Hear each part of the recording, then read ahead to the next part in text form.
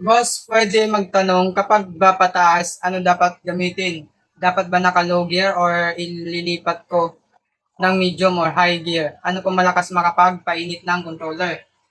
Una sa lahat, bossing, yung pinakamalakas na nakapagpainit ng controller talaga, yung mabilis na pagpapaandar. Kasi pag piniga mo ng piniga yung throttle niya, bibilis at bibilis na supply ng kuryente galing sa battery papuntang controller. Ngayon, si controller naman, mahihirapan, maghahabol. Maghahabol siya hanggang sa uminit. Tapos, yung masaklap pa doon, yung mga fuse niya, masusunog. Masusunog yon. Doon na magsisimula yung biglang pag-stop ng pag-andar, biglang pagbagal, biglang putol-putol yung andar kasi nadi-disconnect na siya kasi may bloated fuse na siya or wire. Ganun po yon. Yung pagpataas naman bossing, dapat talaga mini-minor yung kanya, binabawasan. 'Di ba?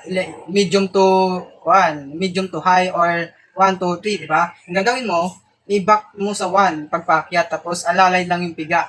Kasi kung naka 3 siya, naka full gear siya tapos paangat, doon pa lang sa paangat nahihirapan na siya kasi yung sakay niya madudubli yung bigat nun eh.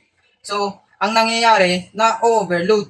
Instead na kuan lang 50 kilo lang yung kaya niya tapos since paangat na siya, nagiging 100 na. Doon na siya susupply ng maraming kuryente kay controller. So masusunog si controller, biglang uusok. 'Di ba? May mga umuusok na motor, controller kasi dahil doon na over use kumbaga kasi dahil sa sobrang piga ng throttle. Ginagawa dyan bossing number 1. Gagawing number 1 tsaka alalay lang yung piga. Huwag magtaka kung mabagal yung e-bike sa pag-akyat kasi lahat ng e-bike talaga pag paakyat bumabagal.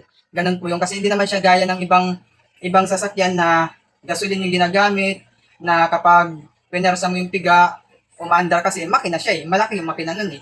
Yung makina ng e-bike maliit lang kumpara dun sa mga motor, di ba? Kaya ginagawa dyan, alalay lang yung piga kapag paakyat. Ganun po alalay. Tapos kapag nandun na sa taas, pwede mong ibalik sa number 2. Ganon. Or number 3. Pero yung piga talaga, alalay lang. Hindi kailangang piga-pigain siya kasi hindi naman siya motor. Ganun po yun. Alalay lang lagi. Para tumagal yung e-bike, hindi masira.